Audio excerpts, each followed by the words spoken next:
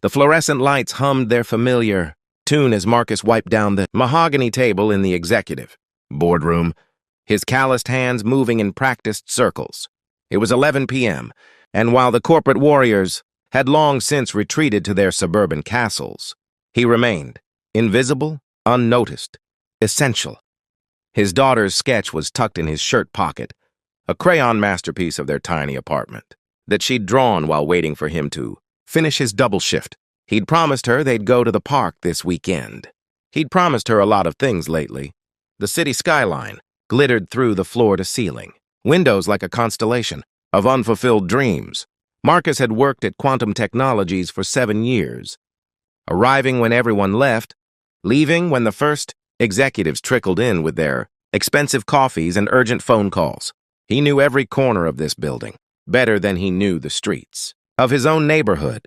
He knew which CEO liked his office at exactly 68 degrees, which VP left personal notes scattered across her desk, and which meetings ran long enough that he'd have to come back later to finish cleaning.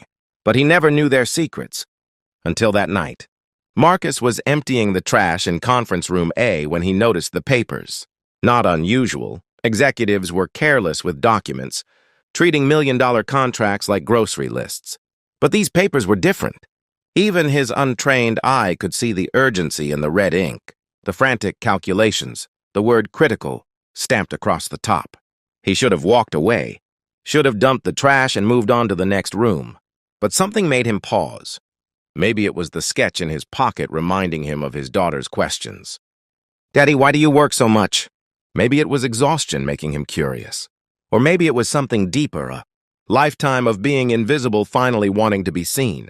The documents detailed a catastrophic flaw in Quantum's new satellite system, a 50 million project set to launch in 3 days. The math was complex, but the conclusion was clear. If they launched as planned, the satellites would fail within weeks. $50 million would burn up in the atmosphere, along with the company's reputation and the jobs of 3,000 employees. Marcus's hands trembled as he set down his trash bag.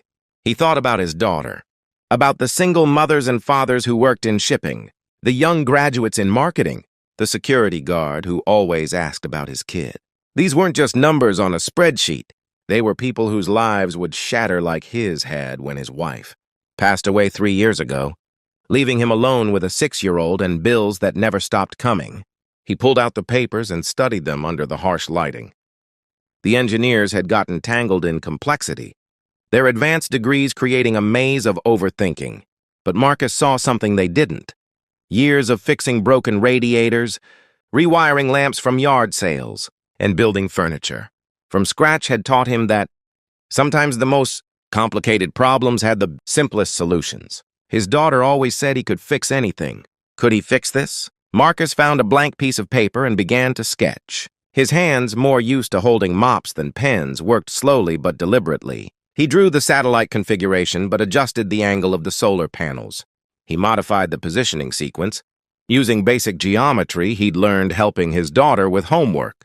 It wasn't elegant, it wasn't sophisticated, but looking at it, Marcus knew in his bones it would work. At 6 a.m., when CEO Jennifer Walsh arrived for her emergency meeting, she found Marcus waiting outside her office. He'd never spoken to her before, not really. A nod here, a good evening there, always with his eyes down, always deferring to his place in the hierarchy of worth. "Mr. Chen wants his office cooler," she'd once said, walking past him without breaking stride. But now Marcus stood tall, his uniform wrinkled from the long night, his eyes red from exhaustion, holding papers that could either save the company or get him fired for snooping. "Ma'am, I need 5 minutes," he said, his voice steady despite his hammering heart. Jennifer Walsh was a woman who'd clawed her way up in a male-dominated industry, who'd sacrificed weekends and holidays, who measured her worth in quarterly reports and shareholder satisfaction. She had 17 meetings scheduled that day. She didn't have 5 minutes. But something in Marcus's face made her pause. 2 minutes, she said, unlocking her office door. Marcus laid out his sketch on her pristine desk.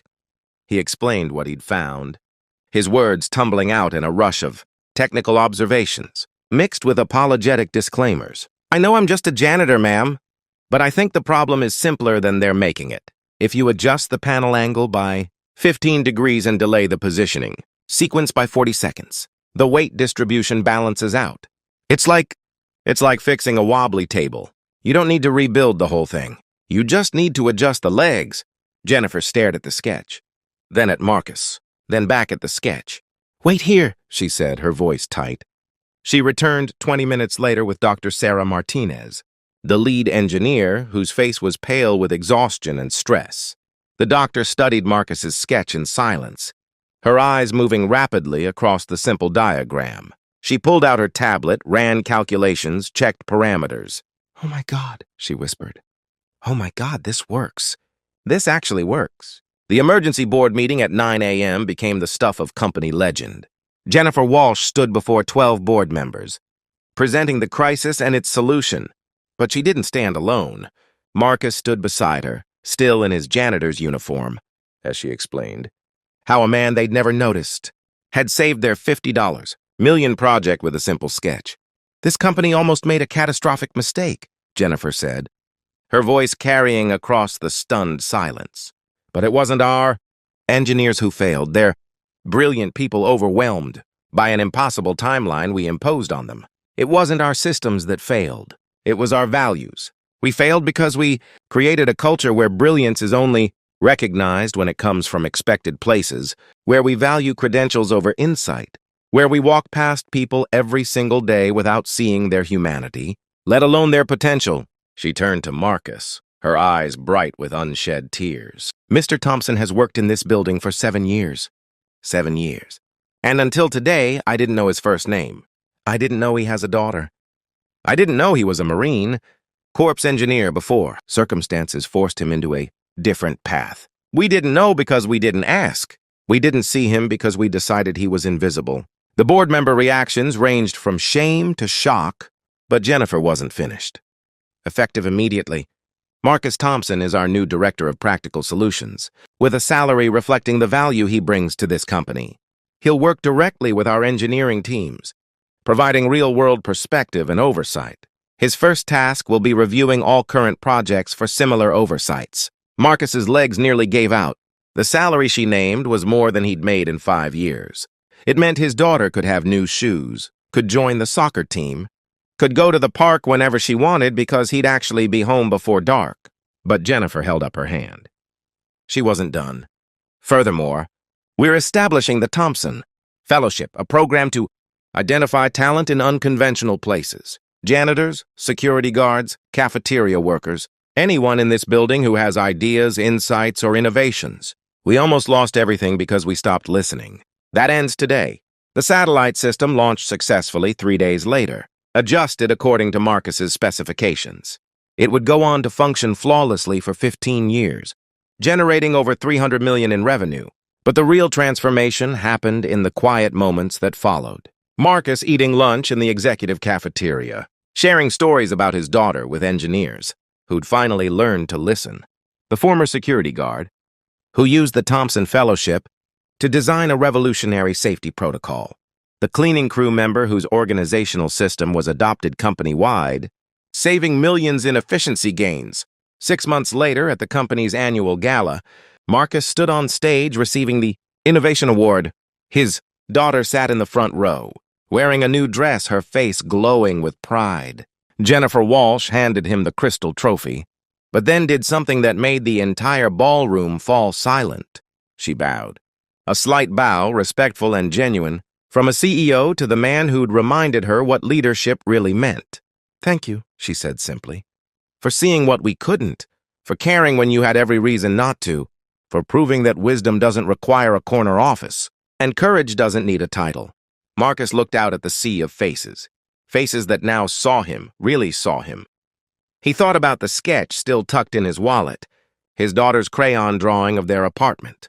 She'd added something new to it recently, a sun rising over the building, bright yellow with the words "My Daddy," written in her careful 6-year-old handwriting. "I just did what anyone would do," Marcus said softly into the microphone. "I saw people who needed help, and I knew how to help them. That's not innovation. That's just being human." But in a world that had forgotten how to value humanity over hierarchy, how to recognize worth beyond wealth, How to see the invisible people who keep everything running? It was revolutionary. And it changed everything.